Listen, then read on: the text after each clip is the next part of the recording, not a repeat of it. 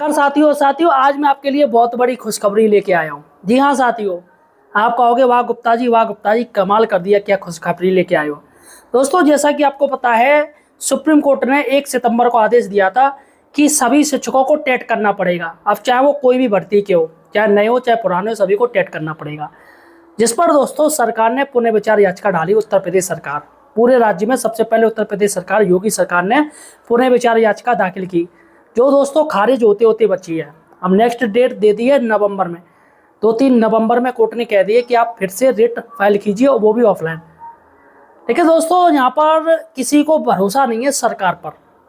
अब ऐसे में दोस्तों प्राथमिक शिक्षक संघ के संगठन के प्रदेश अध्यक्ष डॉक्टर दिनेश चंद्र शर्मा ने कह दिया है कि कोई भी पुनर्विचार याचिका दाखिल नहीं करेगा। कोई भी जो शिक्षक संगठन है वो पुनर्विचार याचिका दाखिल नहीं करेगा। लेकिन दोस्तों यहाँ पर दिनेश चंद्र शर्मा जी अब आंदोलन भी नहीं कर रहे हैं।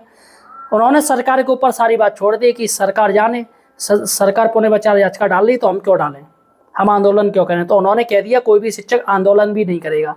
लेकिन दोस्तों अब शिक्षक संगठनों में ही आपस में बन नहीं रही है।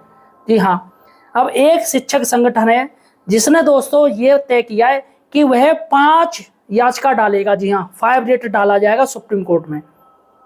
और दोस्तों आखिर वो कौन सा संगठन है। इसके साथ ही दोस्तों जो सबसे बड़ी बात है, वकील, जो वकील लिया जा रहा है वो दोस्तों बहुत बहुत बहुत बहुत बढ़िया वकील किया जा रहा है। जी हाँ, ऐसा वकील किया जा रहा है जो सरकार की तरफ से लड़ता था, केंद्र सरकार की तरफ से।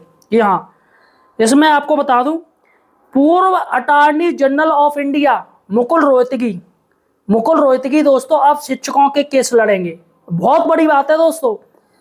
मुकुल रोहतगी ने आज तक जो भी केस लिया है वो कभी नहीं हारे हैं। अब चूंकि वो सरकार की तरफ से रिटायरमेंट हो चुके हैं, तो यहाँ पर दोस्तों वकालत अभी भी वो कर रहे हैं सुप्रीम कोर्ट में। तो चूंकि उनकी फीस भी बहुत ज़्यादा है, इसके साथ ही पूर्व सॉलिसिटर जनरल को भी हायर किया गया है।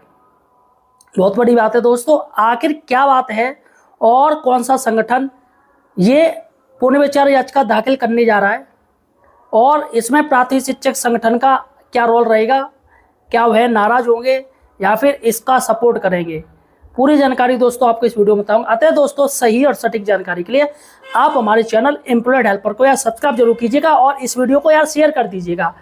काफ़ी लोग कहते हैं यार गुप्ता जी तुम सिर्फ हमें ऐसे ऐसे खबरें लाते हो दिल दुखाने वाली, लेकिन दोस्तों आज मैं आपको लाया हूँ, दिल आपका खुश हो गया। जी हाँ, अब दोस्तों ये जो केस है पुनर्विचार याचिका अब सही से दोस्तों सुप्रीम कोर्ट में रखी जाएगी, सही से सारे तथ्य रखे जाएंगे। सरकारी वकीलों पे कोई भरोसा नहीं, क्योंकि सरकारी वकील की कमियों की वजह से ही सुप्रीम कोर्ट ने ऐसा जजमेंट दे दिया। जबकि दोस्तों जो संशोधन किया गया है वो किसी और के लिए किया गया था, वो ट्रेनिंग के लिए किया गया था, NIOS द्वारा ट्रेनिंग दी जाएगी। लेकिन दोस्तों यहाँ पर वकीलों ने दोस्तों कह दिया, उसको ट्रेनिंग को टेट से जोड़ दिया, जिसकी वजह से सुप्रीम कोर्ट ने ऐसा आदेश दे दिया। चलेगा दोस्तों, यहाँ पर देखिएगा, यहाँ पर हम बात करेंगे कि आखिर वो कौन है। देखिएगा, जूनियर शिक्षक संघ के अध्यक्ष हैं जिनका नाम है योगेश तिवारी जी। साइड से फोटो देख लीजिएगा, ये योगेश तिवारी हैं। यही दोस्तों पुनर्विचार याचिका दाखिल करेंगे सरकार में, और वो भी 5 रेट फाइल की जाएंगी। अब 5 रेट कौन कौन सी की जाएगी मैं आपको इस वीडियो में बताने जा रहा हूँ। साइड से एक न्यूज चल रही है, न्यूज देखिएगा आप। TT मामला, 5 रेट होगी फाइन, पूर्व अटॉर्नी जनरल ऑफ इंडिया विशेषज्ञ अधिवक्ताओं को किया गया हायर। यहाँ पर दोस्तों तैयारी पूरी हो चुकी है। अब तैयारी के लिए आपसे कितना पैसा मांगा जाएगा, क्या चंदा मांगा जाएगा या नहीं मांगा जाएगा, इसके बारे में दोस्तों मैं आपको वीडियो के लास्ट में बताऊंगा। और अगर चंदा भी मांगा जाएगा तो आपको कितना देना है, इसके बारे में आपको वीडियो के लास्ट में बताऊंगा। तो वीडियो पूरा देखिएगा, और दोस्तों साथियों को शेयर जरूर कीजिएगा। देखिएगा साथियों, ध्यान से देखिएगा। TET मामला, 5 रेट होंगी फाइल, पूर्व अटॉर्नी जनरल ऑफ इंडिया विशेषज्ञ अधिवक्ताओं को किया गया हायर। ये देखिएगा, खबर साफ साफ है। TET case 5 rates to be filled. TT मामले में जूनियर शिक्षक संघ और अखिल भारतीय प्राथमिक शिक्षक संघ ने साझा रणनीति बनाई है। यहाँ पर अब ये और संगठन और है, दोनों संगठन है। जूनियर शिक्षक संघ के, जो कि मैंने आपको प्रदेश अध्यक्ष बता दिए योगेश त्यागी जी, और ये अखिल भारतीय प्राथमिक शिक्षक संघ के, इन लोगों के प्रदेश अध्यक्ष ने आपस में मिलकर एक साझा रणनीति बनाई है। इस संबंध में 5 रेट फाइल की जाएगी। 5 रेट फाइल क्यों की जाएगी वो भी मैं आपको इस वीडियो में बताऊंगा। सबसे पहले ये देखिए, इसके लिए पूर्व अटॉर्नी जनरल ऑफ इंडिया, पूर्व सॉलिसिटर जनरल को हायर किया गया है। बहुत बड़ी बात है दोस्तों, चलेगा। जूनियर शिक्षक संघ ने अखिल भारतीय प्राथमिक शिक्षक संघ के साथ रणनीति बनाई है। दिल्ली में भारत सरकार से अनुरोध करने के लिए दोनों संगठन तैयारी कर रहे हैं। इस संबंध में जूनियर शिक्षक संघ के अध्यक्ष योगी तिवारी ने कहा कि शिक्षकों की लड़ाई न्यायालय में भी लड़ी जाएगी।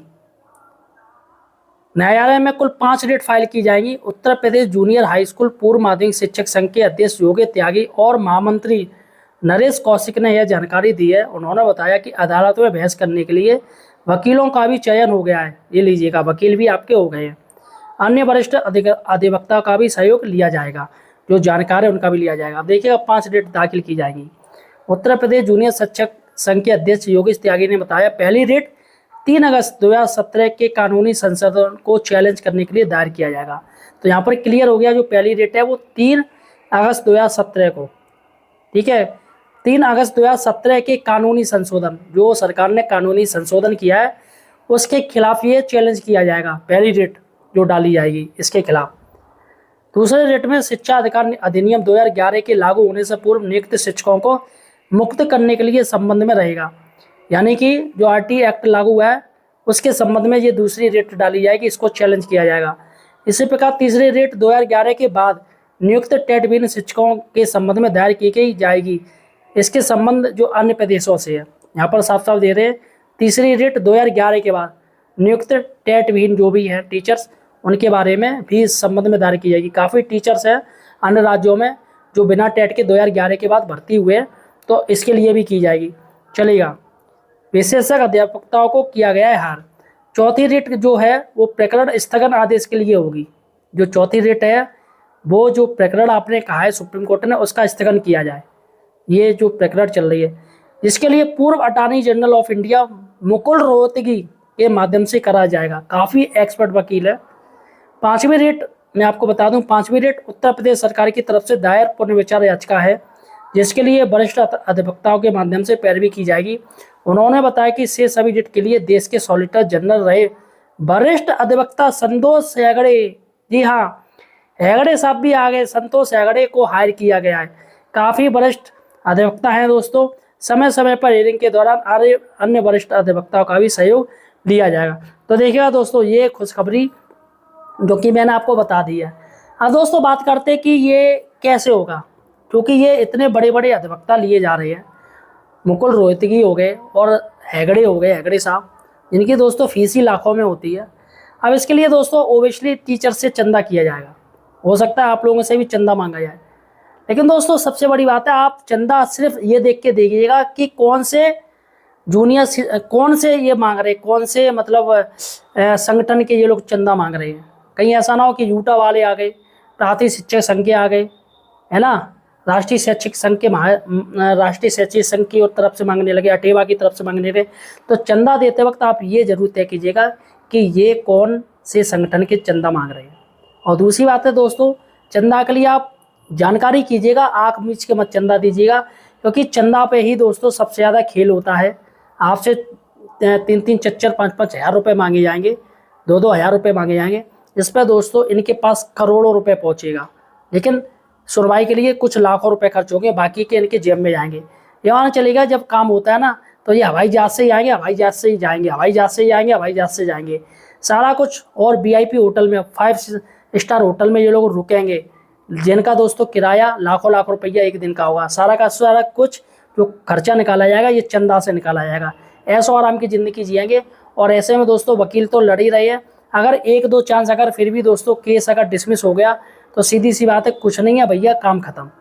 तो अतः दोस्तों चंदा दीजिएगा तो सोच समझ के दीजिएगा कि कितनी धनराशि मांगी जा रही है।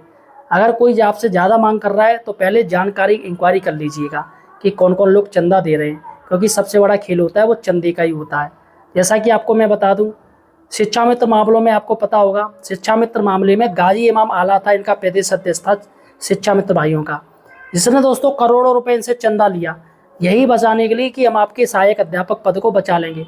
लेकिन दोस्तों लास्ट में क्या हुआ, शिक्षा मित्र भाइयों को वापस शिक्षा मित्र बना दिया गया और एक ना चली, महंगे से महंगे वकील किए गए, महंगे से महंगे, लेकिन फिर भी दोस्तों एक ना चली और सुप्रीम कोर्ट ने आदेश दे दिया नहीं, कानून के विरुद्ध है, तो रिट खारिज की जाती है और वापस उनको शिक्षा मित्र बना दिया। जिस पर दोस्तों गाजी इमाम आला था, जिसने करोड़पति बन गया, वो तो भैया उसका तो फायदा हो गया, और बाकी के मारे कौन गए, ये सामान लाइफ जीने वाले शिक्षा मित्र भाई। तो दोस्तों शिक्षा मित्र भाई भुगते पड़े हैं, इसलिए आप चंदा देने से पहले ये ध्यान दीजिएगा आप किसे दे रहे हो। फिलहाल साथियों आपका क्या कहना है मुझे कमेंट सेक्शन में बताइएगा, और इस वीडियो को ज़्यादा से ज़्यादा शेयर कीजिए।